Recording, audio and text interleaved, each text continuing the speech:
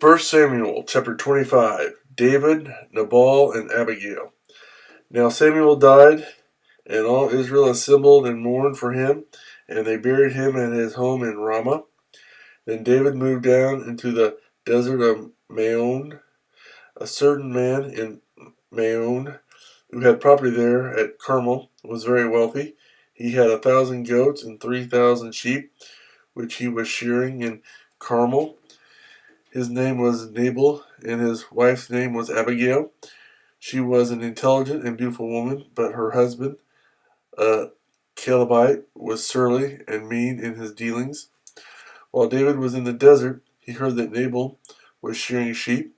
So he sent 10 young men and said to them, "Go up to Nabal at Carmel and greet him in my name. Say to him, 'Long life to you, good health to you and your household, and good health to all that is yours.'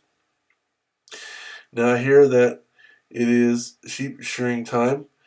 When your shepherds were with us, we did not mistreat them, and the whole time they were at Carmel, nothing of theirs was missing. Ask your own servants, and they will tell you. Therefore be favorable toward my young men, since we come at a festive time. Please give your servants and your son David whatever you can find for them." When David's men arrived, they gave Nabal this message in David's name. Then they waited. Nabal answered David's servants, "Who is this David? Who is this son of Jesse? Many servants are breaking away from their masters these days.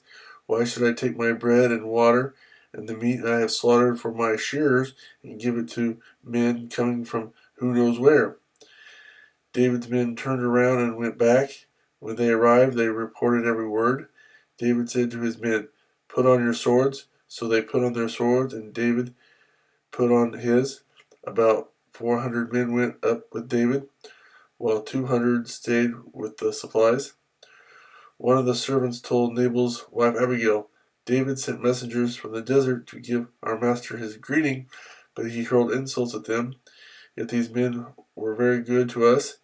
They did not mistreat us, and the whole time we were out in the fields near them, nothing was missing.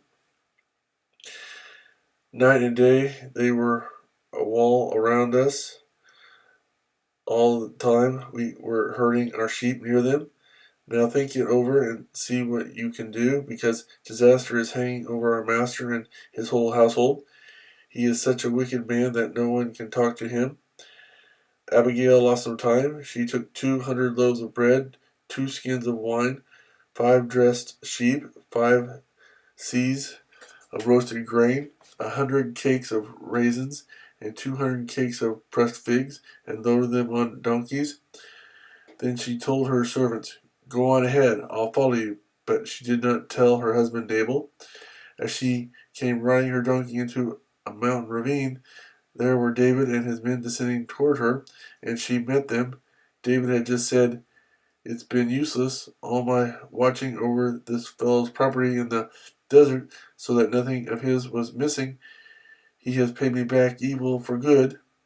May God deal with David, be it ever so severely, if by morning I leave alive one male of all who belong to him."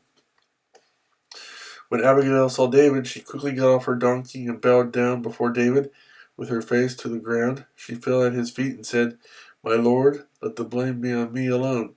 Please let your servant speak to you. Hear what your servant has to say. May my lord pay no attention to that wicked man Nabal. He is just like his name. His name is Fool, and folly goes with him. But as for me, your servant, I did not see the men my master sent. Now since the Lord has kept you, my master, from bloodshed and from avenging yourself with your own hands, as surely as the Lord lives and as you live, may your enemies and all who intend to harm my master be like Nabal, and let this gift which your servant has brought to my master be given to the men who follow you. Please forgive your servant's offense, for the Lord will certainly make a lasting dynasty for my master, because he fights the Lord's battles. Let no wrongdoing be found in you as long as you live. Even though someone is pursuing you to take your life, the life of my master will be bound securely in the bundle of the living by the Lord your God. but the lives of your enemies he will hurl away as from the pocket of a sling. When the Lord has done for my master every good thing he promised concerning him, and has appointed him leader over Israel, my master will not have on his conscience the staggering burden of needless bloodshed, or of having avenged himself. And when the Lord has brought my master success, remember your servant. David said to Abigail, Praise be to the Lord, the God of Israel, who has sent you today to meet me. May you be blessed for your good judgment, and for keeping me from bloodshed this day, and from avenging myself with my own hands. Otherwise, as surely as the Lord, the God of Israel, lives, who has kept me from harming you, if you had not come quickly to meet me, not one male belonging to Nabal would have been left alive by daybreak. Then David accepted from her hand what she had brought him, and said, Go home in peace. I have heard your words and granted your request. When Abigail went to Nabal, he was in the house holding a banquet like that of a king. He was in high spirits and very drunk.